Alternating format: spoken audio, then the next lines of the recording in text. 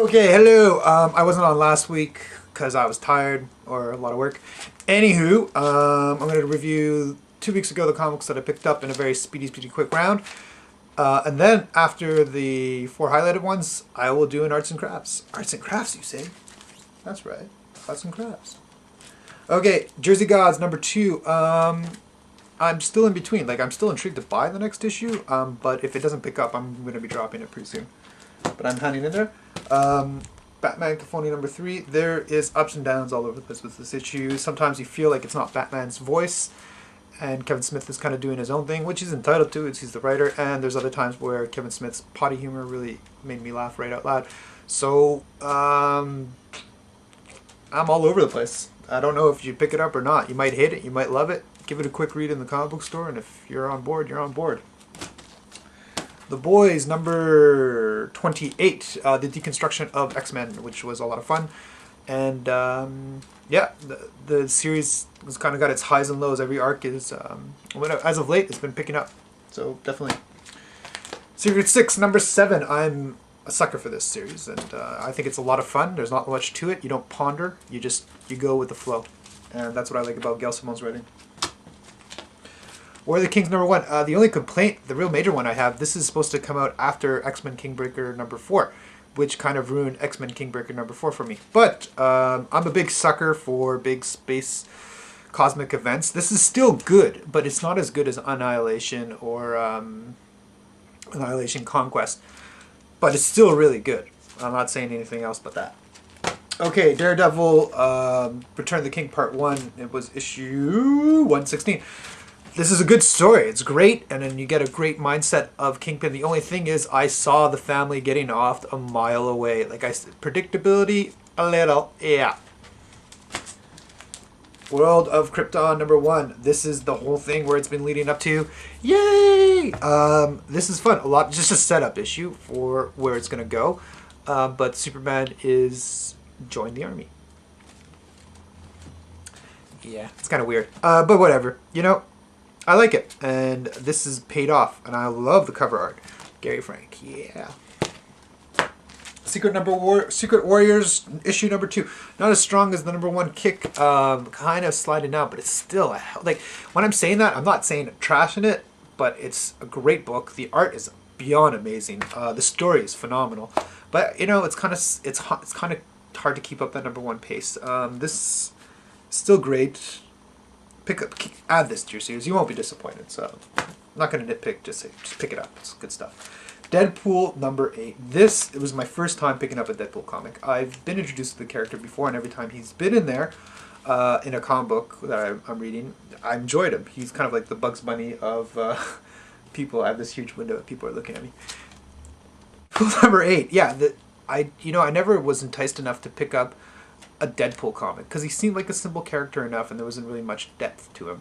However, reading this is just great. You know, Deadpool works really well, I think, in small doses. I don't see myself following a Deadpool comic for that much longer, for a brief period of time. However, when you do follow it, when you do come in time to time, it's a lot of fun. It's like the Bugs Bunny of psychopaths, you know? No Hero #4. Now we get into the meat of it all, where they're trying to cover up the big fuck up they did, and you know, he still wants to be a superhero. He's badly injured. I mean, this is not making sense unless you're reading the series. I do enjoy the series. I love Juan Jose Rip's art. I love the story that Warren Ellis is writing. If you're on board, you're on board. You're picking it up or you're not. Issue 1 either sold you or didn't. Okay, so that's it, and we'll be reviewing in depth Battle of the Cowl #1, Action Comics, Guardians of the Galaxy, and Captain Britain and the MI-13. And after that, we will have a lovely arts and crafts. I've been doing a different format, but I think because of the arts and crafts thing, I'm a little pressed for time, so we'll just be doing another speedy quick round. And we'll start off with Batman Battle for the Cowl #1. Okay, not as bad as I thought it was going to be. I thought this was going to be a dreadful series. But it's not a masterpiece either. It's really well done art. It's basically Gotham's in the shit, and they're going to find out who the next Batman is going to be. And that's what it is. Dick Grayson's going through all these emotional changes. My prediction will be Dick Grayson as Batman and Damian, Batman's son, as Robin. We see a copycat Batman on the loose, and Robin's dressing up as Batman to lure the copycat Batman out. Whatever.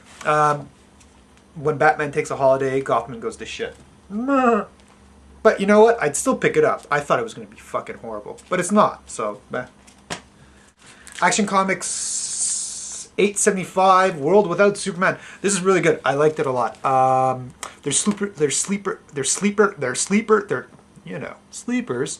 There's sleeper Kryptonians in the midst of Earth, and it's up to these two Kryptonians, Nightwing and Flamebird, to find them and take them out. We also find out what happened to General Zod's son and Ursula, or whatever her name is, I forget. There's too many weird Kryptonian names in there, and what's going on with them.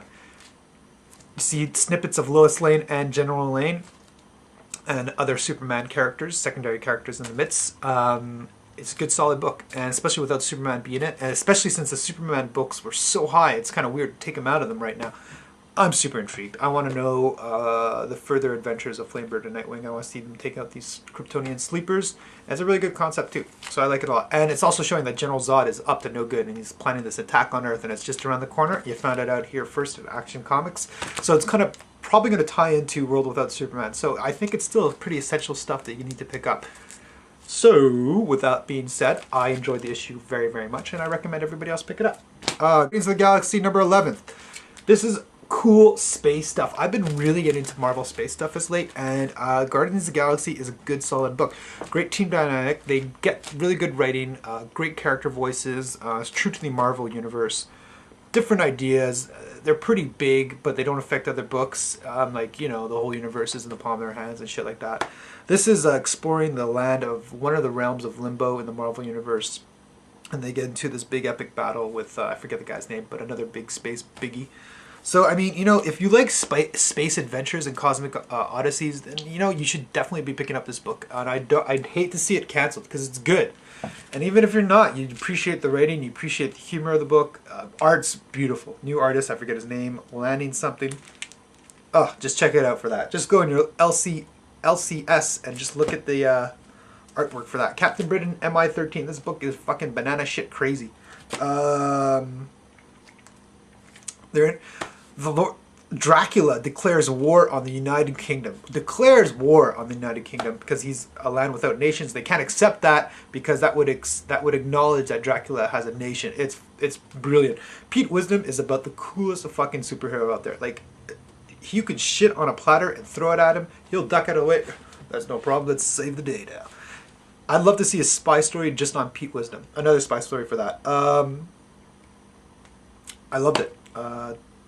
Don't send tea bags to Marvel. Just buy the book. That's gay. Not there's anything wrong with that. Okay, so one of my favorite toys have busted. Look, it is a Green Goblin with a parachute. The cord got all tangled up in him. So what you will be needing for this project is Scotch tape, double-sided tape, and a pair of scissors, y'all. So you need a Speedy, or, you know, if you really want to be creative, you can use something else later on, but you'll see what I'm talking about. So take this end of the parachute and just snip that bugger off. Oh, tie it and you push it as far as you can. So you take the tape and take tape. It's hard to do on the camera, and just stick it like that.